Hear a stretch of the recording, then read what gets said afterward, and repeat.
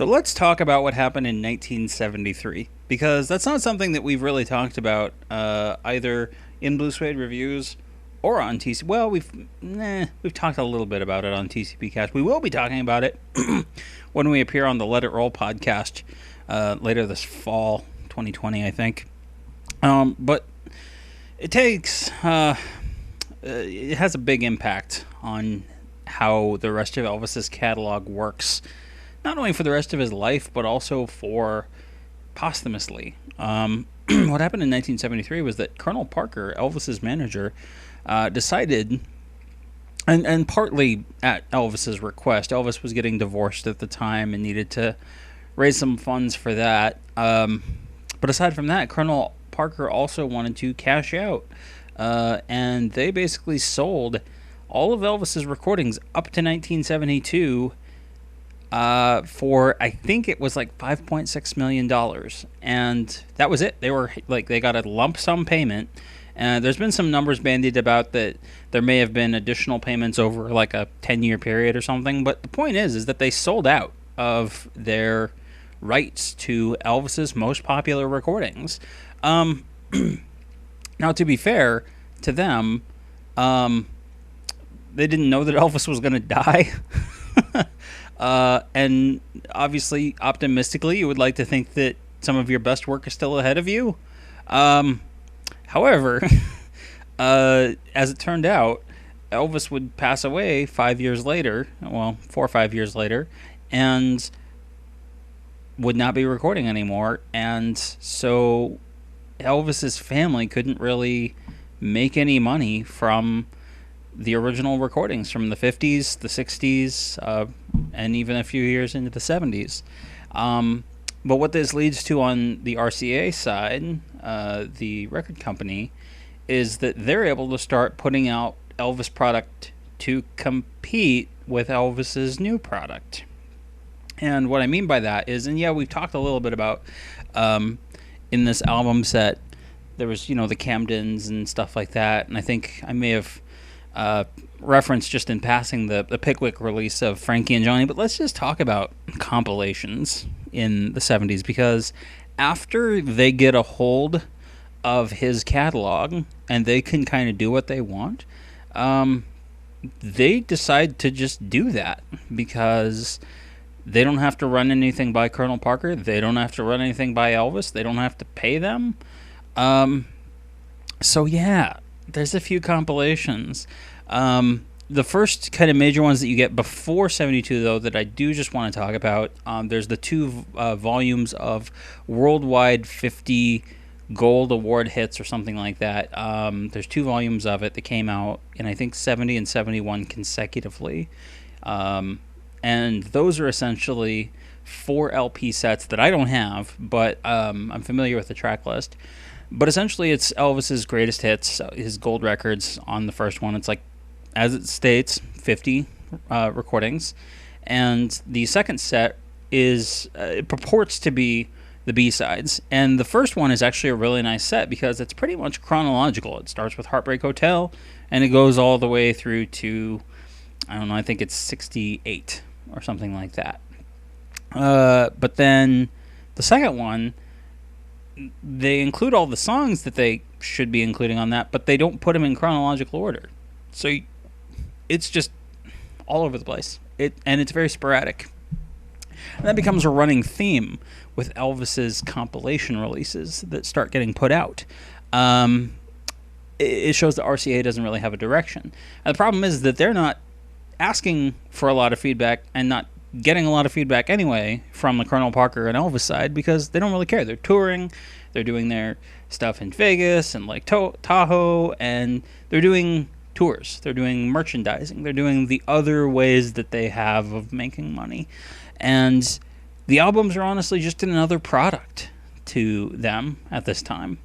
But in quick succession, and I only have one of these, so I apologize that I'll put the album artwork up there as well. But one that I want to talk about, and you'll notice something immediately about this, as we've talked before about album cover design, but pure gold. That's Elvis, black background, in a white jumpsuit. This could be anything. But instead, Kentucky Rain Fever, It's Impossible, Jailhouse Rock, Don't Be Cruel, I Got a Woman, All Shook Up, Loving You, In the Ghetto, and Love Me Tender. Which is not by any means like a bad compilation. It's a fine album, and apparently after he passed away, it sort of became a little bit bigger success. This was released in, I think, 75. Yeah, 1975. It's got on the back, and it's got advertisements for other artists on the back, like Paul Anka, Chet Atkins, Harry Belafonte. Weirdly enough, there's Pure Gold for Elvis, but it doesn't have the same cover art that's literally on the flip side, so that's weird. Potential concept artwork for the original album? I don't know. Interesting. But this was one of many that came out. There was also Double Dynamite, which was a 2 LP set. I'll show that there. But Double Dynamite was essentially if you took the Camden releases and smushed them all together and said, here, make a baby. And it essentially was, you can't even really call it the greatest hits of the Camden releases because it's not really all that good. It's just a bunch of random movie songs. And the weirdest thing about Double Dynamite is, much like the other Camdens and the Pickwick releases, it again uses Elvis on a white jumpsuit in a black background, but not only that, it's exactly the same picture that they used for Elvis at Madison Square Garden in 1972. Yeah, that. Why? It just doesn't make sense. And then, as I mentioned, there's Frankie and Johnny, which, I mean, it's a soundtrack to Frankie and Johnny, but they screw it up. They leave off like 3 songs, and they also reshuffle around the track list. And then they have this. It's the photo from Elvis Now, which, it's literally that. And Gurdeep and I poke fun at this. My co-host on TCB Cast, we make fun of this all the time because it's so bad.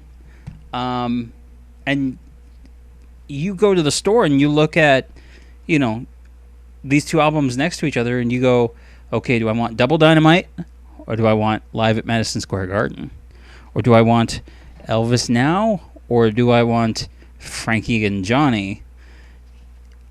You don't, you can look at the track list, but what if you are a new Elvis fan and you've never heard of any of these songs before? It's like, I don't know what it is. Am I getting studio recordings? Am I getting live? Am I getting stuff from his movies? Nobody knows. At a glance, it's arguably even more of a problem than, we talk about the black background and stuff like that, but the worst part is that they did this to themselves. And they did it for money in the short term, Elvis and the Colonel. And probably the biggest problem release was the Sound Sessions, which came out in 76. And it was actually a really smart compilation of Elvis's Sun material. It included pretty much everything except, I think, Tomorrow Night, When It Rains It Really Pours, and Harbor Lights. I think are the three Sun tracks that got left off. And it's a nice retrospective. That's the one thing that RCA starts to realize, that we put out these retrospectives and it sells really well. Go figure, Elvis's most popular material is the stuff that was so big in the 50s, and now his audience, who were teenagers in the 50s, are now coming of age. They're reaching that peak nostalgia era, of that 20-year range, and that's when you get stuff like American Graffiti and Happy Days and Grease, and you start having this explosion of nostalgia for the 1950s. Well, no wonder that his 50s stuff is going to sell better. And yeah, I mean, and the Sun Sessions, it's a fantastic release in that it is as close to a complete Sun release as they could have at the time without putting out the ones that were sort of the rejects. Because I don't think they really wanted to put out the original version of Tomorrow Night. They had on Elvis for Everyone put out the overdubbed version. I think they thought of that as the official version, or the finished version. Actually, I'm putting more thought into this than they probably did. I'm hypothesizing. But there again, it actually turns out to be a really fairly good sales hit for Elvis at the time. And in fact, there's audio of Elvis in a concert holding up, a fan brings up the album and shows it to him at a concert, and he just kind of has this like, oh, these are different. These were a long time ago, and I don't even know if he was aware that it was a thing that had come out. To be honest. And granted, like, I'm sure, with photo rights and things like that, I'm sure that Elvis and the Colonel were somehow getting a small cut of money off the record, but it wasn't for the music. That's for sure. And then just a couple of other albums that came out during his lifetime that were the compilation types. There was Blue Christmas in 1976, and it's what would become the kind of annualized or standardized Christmas release, because they always sell really well at retail, and so you end up with a cajillion Christmas compilations. But this one at least had a nice conceit where they had the best of Elvis's 70s Christmas material on the side A and the best of Elvis's Christmas material from the 50s on side B. If you didn't already have Elvis's Christmas material, it was another way to get it. But they continued to do that year after year, especially once you got into the 80s and 90s and early 2000s, where it was like every other year it was, it's Christmas with Elvis, or Elvis Christmas Time, or, Christmas hits, or whatever the random, grab bag of marketing words you threw in. And it's really only been the last, I don't know, probably 5-6 years or so that they have stopped doing that, because streaming has taken over so much that they can't just put out the same album over and over and over in slightly different configurations and hope it sells as well. We'll actually get to one of the later Christmas things that also got kind of roped into that in a bit. But that one came out, and then there was also in 1977, Welcome to My World, and that one came about as Welcome to My World, as sort of a collection of Elvis country songs, because Elvis had not been in the recording studio since 1976, which wasn't even really in the studio. That was at the Jungle Room at Graceland. I mean, it was just literally in his home, as we talked about from Elvis. From Memphis, Tennessee, Elvis Presley Boulevard, whatever the album's called, 76. But this is actually a really nice compilation of country songs. I've talked before about how Elvis was starting to lean more country and country rock towards the end of his career, and I think this was actually really solid. Like, they actually had something that they were going with on this one, and obviously it coming out a few months before he passed, blew up after he passed away, and became a fairly minor hit album for him, but it was still a hit nonetheless. But yeah, actually a really strong showing. The track list is all, a lot of it's more the folksy type stuff, like Help Me Make It Through the Night.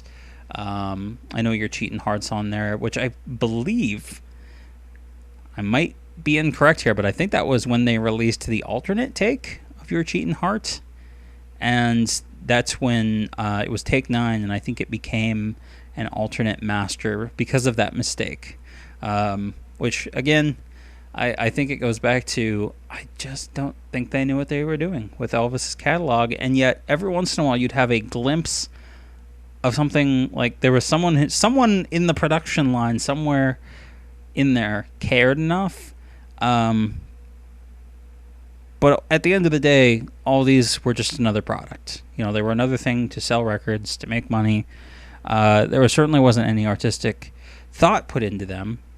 And so when you get one-offs like Welcome to My World and stuff like that, where they do have a little thought put into them, it really shows. And continues to be a problem throughout, Elvis's past his life. Later on, especially in the 80s, you would get compilations for everything under the sun. They would have, rockabilly compilations. They'd have blues compilations, genre compilations. They would have love song compilations up the wazoo. They'd have even more movie song compilations, especially, you get into compact disc and it's so cheap to put out, you just plop on the digital files and there you go, send it out the door. It's really unfortunate that this deal that Colonel Parker and Elvis made in 1973 for the short term ended up affecting how Elvis's catalog has been perceived over the years, because when you look at critics, it would make sense for them to look at the cajillion Elvis releases that have been put out, not only in the, I'm just talking about the ones in the U.S., there are countless other ones that came out in other regions, whether that was Europe or whether that was Brazil or whether that was, Australia or Japan, with completely different album titles and album artwork and different track lists, different projects. And they could do it. It was their prerogative as a corporation. But what it led to was that Elvis's music had not been taken seriously for a very, very long time, until really the early 90s, with the 50s Masters box set that came out in, I think, 92. And it's really unfortunate, because there's a lot of great material, as we've talked about many, many times. But we've got just a handful more albums that came out during his lifetime that I think are still worth talking about, just a couple more. So let's move on to one that, the critics were actually right about this next one. So see you in a moment.